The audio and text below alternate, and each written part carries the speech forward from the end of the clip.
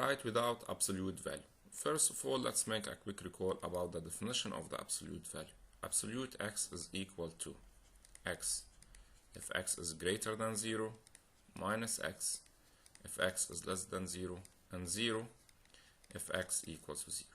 Or I can talk about absolute box, whatever the inner function is.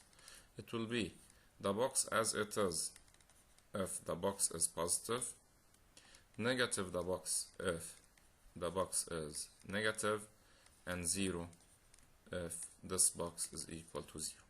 So we can apply this expression or this definition over here. Let's start.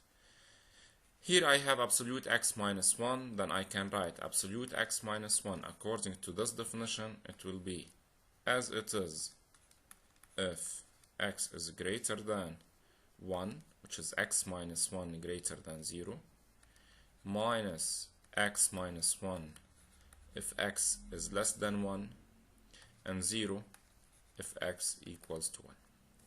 Right now, let's talk about a. A is equal to x minus 1 over absolute x minus 1. I'm going to replace absolute x minus 1 according to the conditions by the values. Then a will be equal to x minus 1 over itself, which is 1 if x is greater than 1. It will be x minus 1 over minus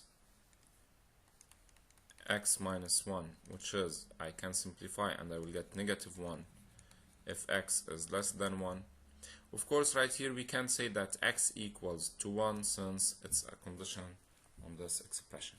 So a implies a equals 1 if x is greater than 1 and negative 1 if x is less than 1. Let's check the second expression. Right here we have b of x equals the following, which is directly according to the formula radical x squared is equal to absolute x. I will get that x plus 2 over x plus 2. Right here the same, I'm going to write x plus 2 without absolute value. X plus 2 would be equal to as it is if x is greater than negative 2 or x plus 2 is greater than 0, negative x plus 2 if x is less than negative 2, and 0 for x equals negative 2. And right here I will talk about b. Then b will be equal to absolute x plus 2 over x plus 2. I'm going to substitute the absolute x plus 2 by its value. It will be x plus 2 over x plus 2 under this condition, which is 1 if x is greater than negative 2. It will be minus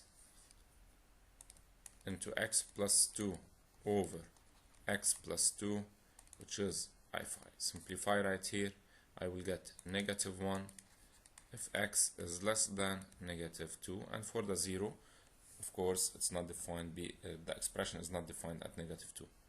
So right here, b will be equal to 1 if x is greater than negative 2, negative 1 if x is less than negative 2.